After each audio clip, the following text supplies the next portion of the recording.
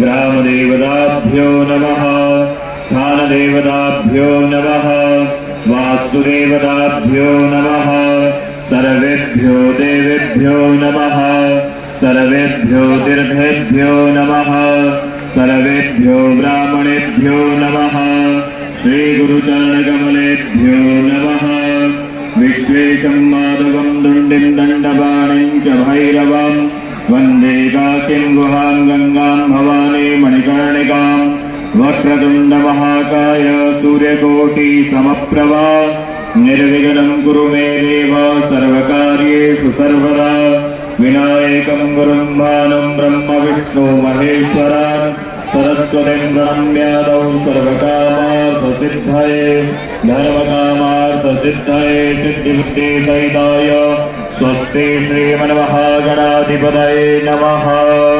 दक्षिणहस्तेन गन्धाक्षरपुष्पाणि दुर्वाङ्कुराणि चादाय संकल्पं स्मरेयुः। ओम तिथि विष्णुस्तथा वारो नक्षत्रं विष्णुरेव च योगश्चाकरणश्चैव सर्वं विष्णुमयं जगत्। ओम विष्णुर्विष्णुर्विष्णुः श्रीमद्भगवतो